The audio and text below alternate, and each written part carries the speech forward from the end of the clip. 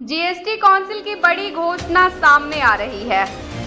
GST council के 56वें बैठक में जीएसटी के 12 और 28% स्लैब को खत्म कर दिया गया है। अब देश में सिर्फ 5 और 18% जीएसटी स्लैब होगा। देश को जिसका बेसब्री से इंतजार था वह घोषणाएं अब हो चुकी है। केंद्रीय वित्त मंत्री निर्मला सीतारमण ने इससे जुड़े कई फैसलों की जानकारी दी है। आपको बता दें, जीएसटी परिषद की 56वीं बैठक 4 सितंबर यानी कि आज किया गया, जिसकी अध्यक्षता केंद्रीय वित्त मंत्री निर्मला सीतारमण ने की। वित्त मंत्री निर्मला सीतारमण ने कई फैसलों की जानकारी दी।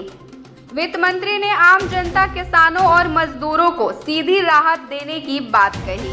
वहीं लग्जरी गाड़ियों, यार्ड्स और तंबाकू जैसे प्रोडक्ट्स पर ज्यादा टैक्स लगाने का भी ऐलान किया गया है। बता दें कि सरकार ने अपना वादा पूरा किया। जीएसटी काउंसिल ने आम आदमी के इस्तेमाल में आने वाली लगभग सभी चीजों पर जीएसटी घटाने का ऐलान किया है। ब्रेड, रोटी, पनीर समेत तमाम चीजों पर जीएसटी शून्य कर दी गई है।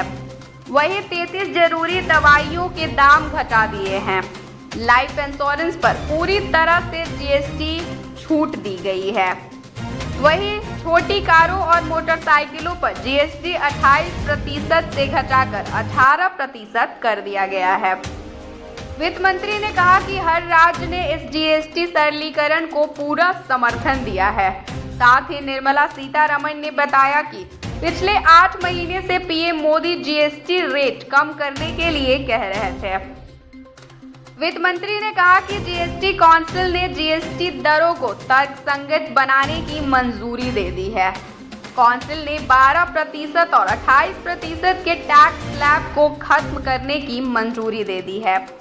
वहीं कृषि क्षेत्र में भी राहत दी गई है। खेती और वानिकी के मशीनों पर जीएसटी घटाकर 5% कर दिया गया है।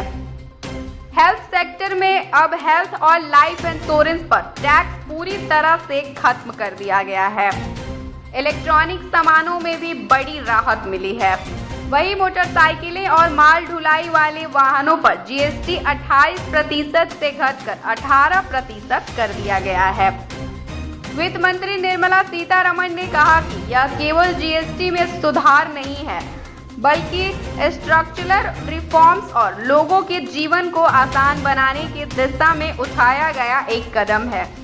उन्होंने कहा कि रोजमर्रा के इस्तेमाल वाले सामानों पर जीएसटी दरों में कटौती की गई है।